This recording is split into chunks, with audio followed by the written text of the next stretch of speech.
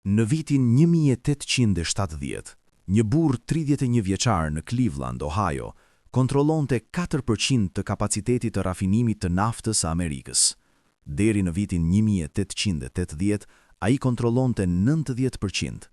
Deri në vitin 1904, ai kontrollonte 91% të prodhimit të naftës, 85% të shitjeve përfundimtare dhe kishte krijuar shablonin për çdo monopol që ekziston sot. Emri i tij ishte John D. Rockefeller, dhe sistemi që ai ndërtoi, strukturat korporative që ai shpiku, taktikat monopoliste që ai përsosi, ato nuk vdiqën kur Standard Oil u shpërbë në vitin 1911. Ato u zhvilluan, ato u përhapën dhe ato kontrollojnë jetën tuaj tani, në vitin 2025. Benzina që ju pomponi, ilaçet që ju blini, platformat teknologjike që ju përdorni, ushqimi që ju hani, bankat nga të cilat ju merrni hua, çdo e vetme përdor librin e lojës së Rockefeller. Integrimi vertikal, konsolidimi horizontal, kapja rregullatore, fondacionet e përjashtuara nga taksat që formsojnë politikën dhe dominimin e tregut aq të plot sa që konkurenca bëhet e pamundur. Rockefeller nuk ndërtoi vetëm një perandoni nafte, ai ndërtoi arkitekturën e kontrollit të sotëm korporativ, dhe ju nuk mund të shpëtoni prej tij, sepse sistemi nuk është Standard Oil, sistemi është metoda, dhe ajo metodë është replikuar nga çdo korporat dominuese për 150 vjet. Amazon e përdor atë, Google e përdor atë, Pfizer e përdor atë, JP Morgan e përdor atë. Të gjithë ata mësuan nga i njëjti plan, plani i Rockefeller. Kontrolloni zinxhirin e furnizimit vertikalisht, eliminoni konkurrentët horizontalisht, kapni rregullatorit, përdorni filantropin për të blerë legjitimitet, dhe kur qeveria më në fund ju shpërbën, sigurohuni që pjesët që ju kontrolloni vlejnë më shumë se e tëra. Le t'ju tregoj saktësisht se si Rockefeller ndërtoi këtë sistem, se si ai e përdori atë për të bërë njeriun më të pasur në histori, se si shpërndarja e Standard Oil në të vërtetë e bëri atë më të pasur, dhe pse 114 vjet pas asaj shpërbërjeje, ju ende jetoni në botën që Rockefeller projektoi. Sepse kuptimi i sistemit nuk është akademik, është mbijetesë. Sistemi është projektuar për të nxjerrë pasurinë nga ju dhe për ta përqendruar atë në krye, dhe pasi të shihni se si funksionon, ju do ta shihni atë kudo. John Davidson Rockefeller lindi më 8 korrik 1839 në Richford, New York. Babai i tij ishte një mashtrues që shiste kur fallce për kancerin. Nëna e tij ishte një baptiste e devotshme. Kjo kombinim, pamëshira e mashtruesit dhe siguria morale e baptistes, do të përcaktonte të gjithë qasjen e Rockefeller ndaj biznesit. Ai do të shkatronte konkurrentët pa mëshirë, ndërsa besonte që Zoti e kishte zgjedhur atë për të organizuar industrinë për mirëqenien e njerëzimit. Kjo nuk ishte hipokrizi. Kjo ishte bindja e vërtet që monopoli i tij ishte moral, sepse ai solli rend në kaos dhe eficiencë në humbje. Në vitin 1859, nafta u zbulua në Titusville, Pennsylvania. Filloi vrapi i naftës. Mira kërkues përmbytën Pensilvanin perëndimore për të shpuar. Pasuri u bën dhe u humbën natën e diel. Ishte kaos, bum dhe rënje. Mbi prodhimi shembulli çmimet. Pastaj, mungesa e rritën ato me ritme të shpejta. Rockefeller, i cili ishte 20 vjeç dhe punonte si kontabilist në Cleveland, pa mundësinë, por jo në shpim. Shpimi ishte i paqëndrueshëm, i rrezikshëm, i varur nga fati. Rockefeller pa mundësinë në rafinim, kthimin e naftës bruto në gaz vajguri për llampa. Ky ishte biznesi i vërtet. Në vitin 1863, Rockefeller investoi $4.000 në rafinerinë e tij të parë të naftës në Cleveland. Brenda 2 vjetëve ishte rafineria më e madhe në Cleveland. Por Cleveland kishte 30 rafineri. Konkurenca ishte ashpër, margjinet ishin të hollë. Shumica e rafinerive operonin në skajin e falimentimit. Këtu shfaqet gjenia e Rockefeller. Ai nuk u përpoq të konkuronte me çmim. Ai u përpoq të eliminonte konkurencën tërësisht. Dhe ai e bëri atë nëpërmjet një metode që do të bëhej themeli i Amerikës korporative. Integrimi vertikal. Integrimi vertikal do të thotë kontrollimi i të gjithë zinxhirit të prodhimit. Shumica e rafinerive vetëm rafinonin naftë. Ata blinin naftë të papërpunuar nga shpuesit, e rafinonin atë dhe shitnin nga zvajguri tek shpërndarësit. Ata kontrollonin një hap. Rockefeller vendosi të kontrollonte të gjitha hapat. Ai bleu fabrikat e prodhimit të fuqive, kështu që ai nuk duhej të blinte fuqi. Ai bleu makina tanke dhe hekurudha për të dërguar naftën e tij. Ai bleu magazinat e tij për ruajtje. Ai bleu rrjetet e shpërndarjes për të shitur drejt për drejt konsumatorëve. Çdo hap që përdorej të ishte një biznes i veçantë duke gjeneruar fitim për dikë tjetër, Rockefeller e solli brenda shtëpisë. Kjo i dha atij avantazhe masive të kostos. Ndërsa konkurrentët paguanin 25 cent për fuqi nga prodhuesit e fuqive, Rockefeller bënte të tijat për 15 cent. Ndërsa konkurrentët paguanin hekurudha për të dërguar naftë, Rockefeller zotronte makinat tanke dhe negocionte rimbursime të fshehta. Hekurudhat e paguanin atë për të dërguar naftën e tij dhe i ngarkoheshin më shumë konkurrentëve. Kjo nuk ishte vetëm efikase, kjo ishte grabitse. Rockefeller mund të shiste gaz vajguri me çmime që i vinin konkurrentët jashtë biznesit, ndërsa ende bënte fitim. Dhe kjo është saktësisht ajo që ai bëri. Deri në vitin 1870, Rockefeller krijoi Standard Oil Company of Ohio. Kapaciteti i tij i rafinimit kishte rritur nga një fabrikë e vogël në operacionin më të madh të rafinimit në botë. Por ai ende kontrollonte vetëm 4% të rafinimit amerikan. Kjo nuk ishte mjaft. Kështu që Rockefeller filloi fazën e dytë të strategjisë së tij. Integrimi horizontal. Nëse integrimi vertikal është kontrollimi i të gjithë zinxhirit të furnizimit, integrimi horizontal është blerja ose shkatrimi i çdo konkurrenti. Në vitin 1872, Rockefeller filloi atë që historianët e quajnë masakrën e Cleveland. Gjatë 3 muajve, Rockefeller ju adresua çdo pronari të rafineri në Cleveland. Ai ofroi të blinte rafineri. Nëse ata ranë dakord, ai pagoi vlerën e drejtë të tregut dhe shpesh i punësonte ata si menaxher. Nëse refuzuan, ai filloi një luftë çmimesh. Rockefeller do të ulte çmimin e gazit të vajgurit nën kosto. Konkurrentët, të cilët nuk mund të nin aq lirë, humbën para për çdo shitje. Ata kishin 2 zgjedhje: të shisnin për Rockefeller ose të falimentonin. Shumica shitën, disa luftuan, të gjithë humbën. Deri në fund të vitit 1872, Rockefeller kontrollonte 25 nga 26 rafineri të Cleveland. Ai shkoi nga 4% në 25% të kapacitetit të rafinimit amerikan në 3 muaj. Ky ishte plani: ofroni të blini, nëse ata refuzojnë, shkatroni ata ekonomikisht dhe blini rrënjojat. Kjo metodë do të përdorej në çdo industri, nga çdo monopol për 150 vitet e ardhshme. Por Rockefeller nuk ishte i kënaqur me Cleveland. Ai donte të gjithë vendin. Gjatë viteve 1870, Rockefeller zgjeroi Standard Oil në të gjithë Amerikën. Ai bleu rafineri në New York, Philadelphia, Pittsburgh, Baltimore. Ai përdori të njëjtat taktike kudo. Rimbursime të fshehta hekurudhore që bën kostot e tij të dërgimit më të ulta se konkurrentët. Integrim vertikal që bëri kostot e tij të prodhimit më të ulta. Dhe luftra çmimesh të pamëshirshme që shkatruan çdo që refuzoi të shiste. Deri në vitin 1889, Standard Oil kontrollonte 90% të kapacitetit të rafinimit të Amerikës. 90%. Kjo nuk është një biznes, ky është një monopol. Por këtu shfaqet gjenia e vërtetë e Rockefeller. Ai kuptoi që monopolet përballen me 2 probleme. Së pari, ato janë të paligjshme. Akti Sherman Antitrust u miratua në vitin 1890 specifikisht për të shpërbërë monopole si Standard Oil. Së dyti, ato janë të urryela. Publiku e urrente Rockefeller. Ai quhej një baron grabitës, një tiran i pamëshirshëm, njeriu më i urryer në Amerikë. Rockefeller kishte nevojë për një zgjidhje për të dyja problemet, dhe ai e gjeti atë: trasti. Në vitin 1882, avokatët e Rockefeller krijuan Standard Oil Trust. Ja se si funksiononte. Standard Oil e Ohio's nuk mund të zotëronte ligjërisht kompani në shtete të tjera, por një trust mundte. Rockefeller krijoi një trust që mbante aksionet e të gjitha kompanive Standard. 41 aksioner, të gjithë Rockefeller dhe bashkëpunëtorët e tij të afërt, kontrollonin trustin. Trusti kontrollonte kompanitë.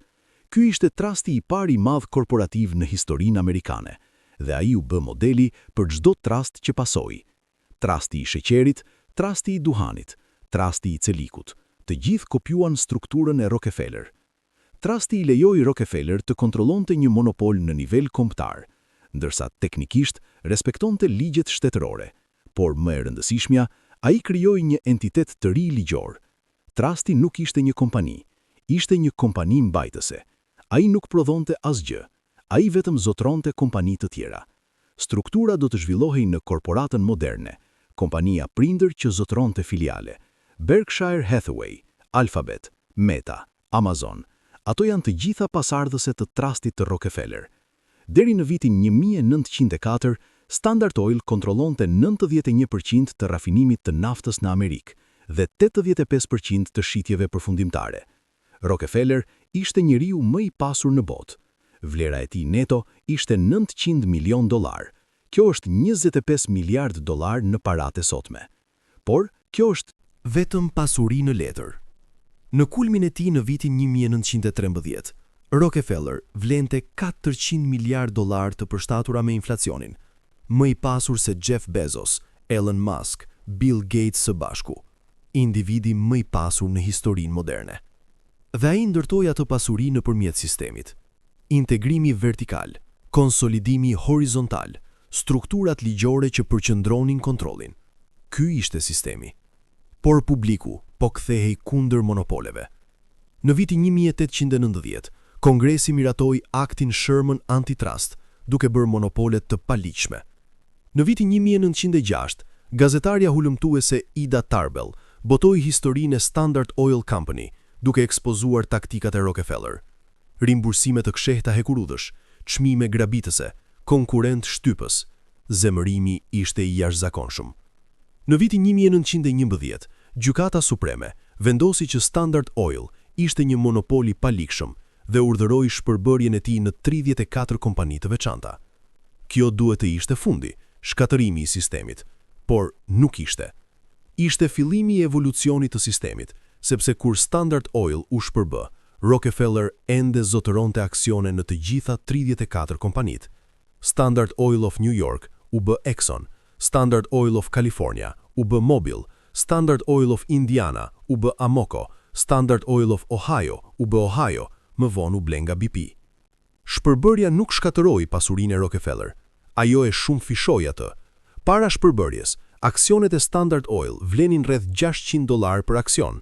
Pas shpërbërjes, vlera e kombinuar e të gjitha 34 kompanive vlente mbi $2.000 për aksion. Pasuria e Rockefeller u trefishua. Pse? Sepse shpërbërja detyroi çdo kompani të konkuronte, gjë që nxiti inovacionin dhe efikasitetin. Dhe sepse thyerja një monopoli në 34 kompani që ende dominonin tregjet e tyre rajonale, nuk ishte vërtet shpërbërje monopolit, ishte vetëm riorganizimi i tij. Sot, shumica e atyre 34 kompanive janë bashkuar përsëri. Exxon dhe Mobil u bashkua në vitin 1999, Chevron bleu Standard Oil of Kentucky dhe Gulf Oil, BP bleu Amoco dhe Ohio. Monopoli Standard Oil, që u shpërbë në vitin 1911, në thelb është rikonsoliduar në Exxon Mobil, Chevron dhe BP. Sistemi e shpërbeu veten për të shmangur rregullimin, pastaj në heshtje e vuri veten përsëri së bashku gjatë një shekulli. Por Standard Oil nuk është as trashëgimia më e qëndrueshme e Rockefeller. Trashëgimia e vërtet është vetë sistemi, metodat, strukturat, libri i lojës. Le t'ju tregoj se si po përdoret tani. Amazon përdor integrimin vertikal, saktësisht si Rockefeller. Amazon filloi si një librari online. Tani ai kontrollon të gjithë zinxhirin e furnizimit. Ai zotron magazinat, rrjetin e logjistikës, kamionët e dorëzimit, përpunimin e pagesave, infrastrukturën cloud që strehon faqet e internetit të konkurrentëve të tij. AWS gjeneron $90 miliard në të ardhura vjetore. Kjo është më shumë se fitimi i shitjes me pakicë të Amazon. Rockefeller kontrollonte rafineri, hekurudha dhe shpërndarje. Amazon kontrollon shitjen me pakicë, logjistikën dhe cloud computing. I njëjti libër loje, shekull i ndryshëm. Amazon gjithashtu përdor konsolidimin horizontal. Ai blen konkurrent. Whole Foods, Zappos, Twitch, Ring, MGM Studios, mbi 100 blerje.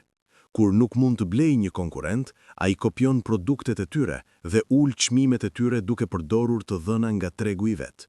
Shitësit e palëve të treta raportojnë të dhënat e tyre të shitjeve në Amazon. Amazon analizon ato të dhëna, identifikon produkte të suksesshme, krijon versione Amazon Basics dhe i promovon ato mbi origjinalin. Kjo është versioni modern i luftës së çmimeve të Rockefeller. Ligjore, pothuajse e parregulluar dhe shkatërruese efektive. Google përdor strukturën e trustit. Alphabet është një kompani mbajtëse që zotëron Google, YouTube, Waymo, DeepMind, Verily dhe 10 filiale të tjera. Është trusti Standard Oil, një kompani prindër që kontrollon kompani të shumta operuese. Kjo strukturë mbron prindin nga përgjegjësia, lejon optimizimin e taksave nëpër juridiksione dhe e bën shpërbërjen rregullatore të komplikuar, sepse çdo filiale është teknikisht e veçantë. Kompanitë farmaceutike përdorin strategjinë e kapjes rregullatore të Rockefeller. Rockefeller nuk konkuroi vetëm në tregje, ai formësoi rregullat. Ai loboi për rregullore hekurudha që favorizuan Standard Oil. Ai punoi me politikan për të vendosur standarde për gazin e vajgurit që rafineritë e tij mund të plotësonin, por konkurrentët nuk mund. Sot, kompanitë farmaceutike bëjnë të njëjtën gjë. Ata financojnë FDA nëpërmjet tarifave të përdoruesit. Ata lobojnë për zgjatje patentash. Ata shkruajnë rregulloret nga të cilat supozohet se rregullohen. Pfizer, Johnson & Johnson, Merck, ata mësuan nga Rockefeller. Kontrolloni rregulatorët dhe ju kontrolloni tregun. Sektori financiar përdor strukturën e kompanive mbajtëse. JP Morgan Chase është një kompani mbajtëse që zotëron Chase Bank, JP Morgan Investment Bank dhe filiale të shumta. Bank of America, Citigroup, Wells Fargo, të gjitha kompani mbajtëse. Kur Dodd-Frank u përpoq të rregullonte bankat pas vitit 2008, struktura e kompanisë mbajtëse e bëri pothuajse të pamundur. Cilin entitet rregulloni, prindin apo filialet? Rockefeller e zgjidhi këtë problem në vitin 1842. Bankat kopjuan zgjidhjen 100 vjet më vonë. Dhe pastaj është filantropia, inovacioni përfundimtar i Rockefeller. Në vitin 1913, Fondacioni Rockefeller krijoi Fondacionin Rockefeller me një dhuratë fillestare prej $250 milion mbi $7 miliard sot.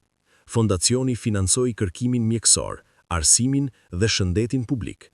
Në sipërfaqe, kjo ishte bamirësi, Rockefeller duke kthyer. Por shikoni më thellë, Fondacioni i lejoi Rockefeller të shmang taksat e trashëgimisë.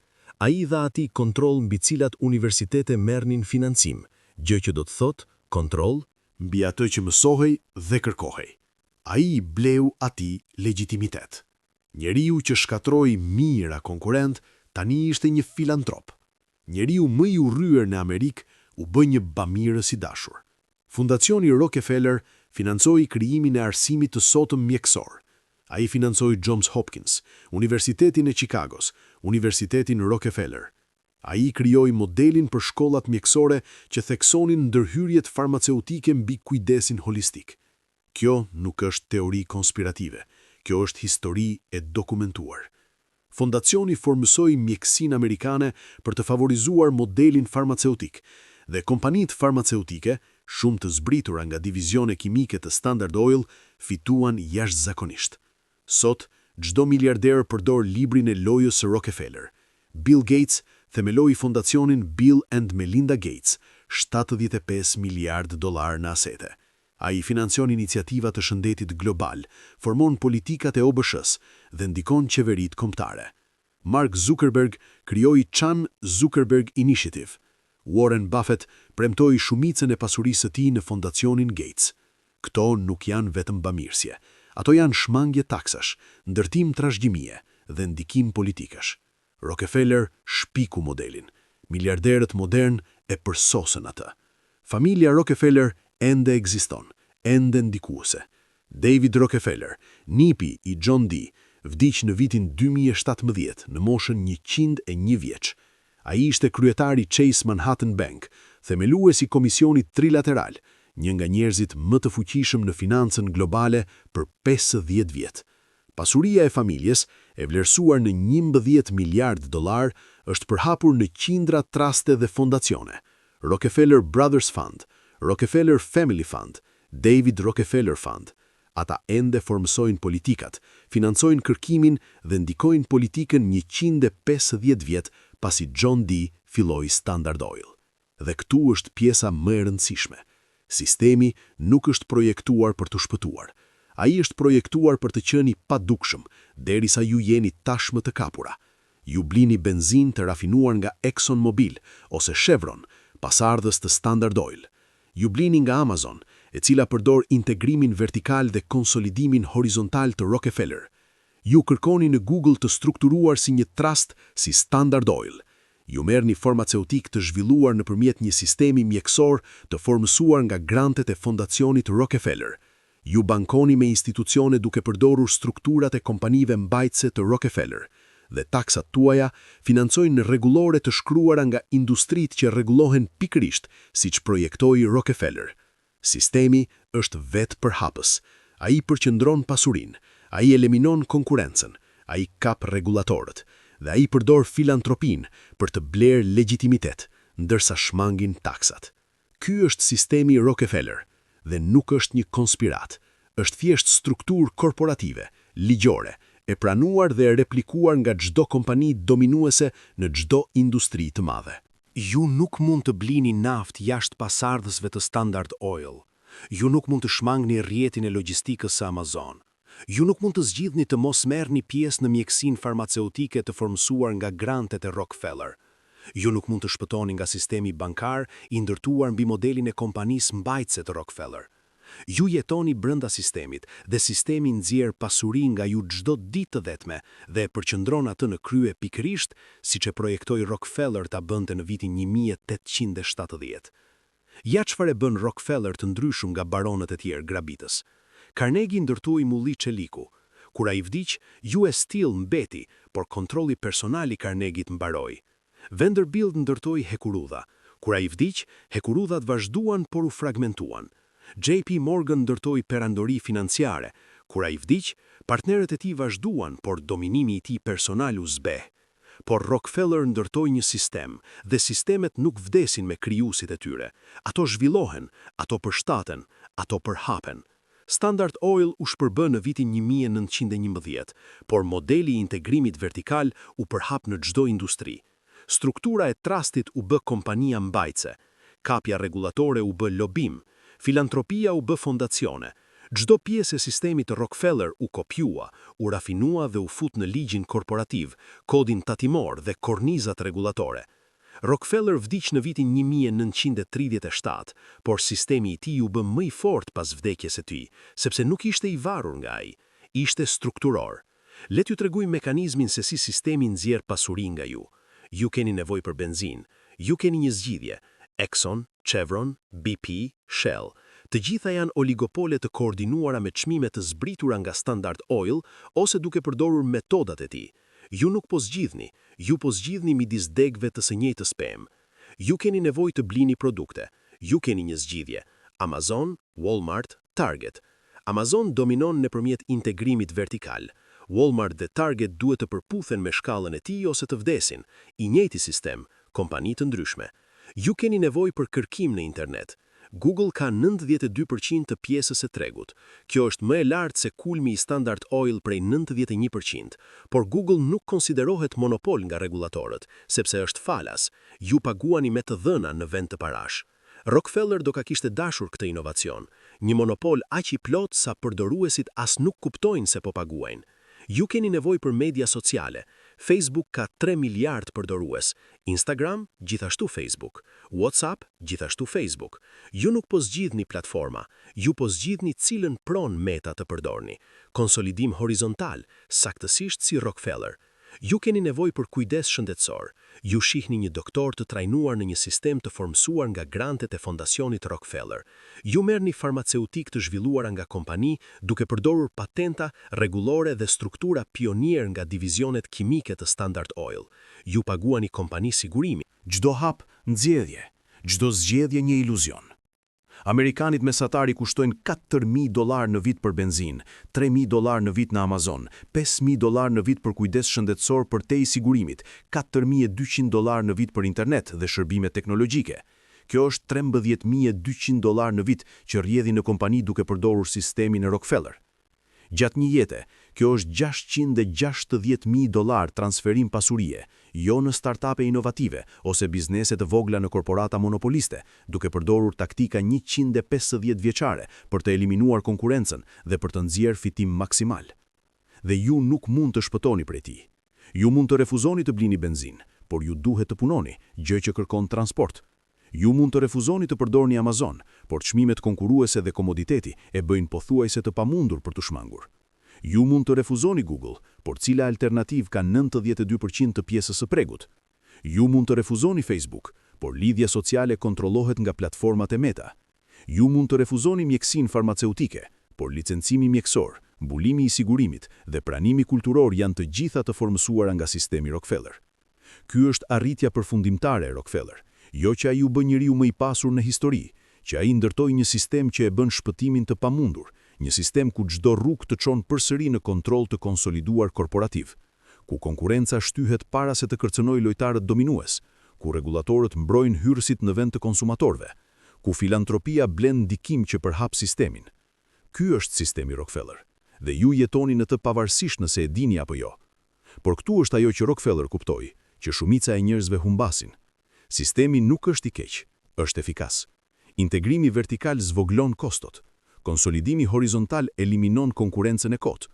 Kapja regulatore siguron stabilitet. Fondacionet financojnë kërkim të vërtet.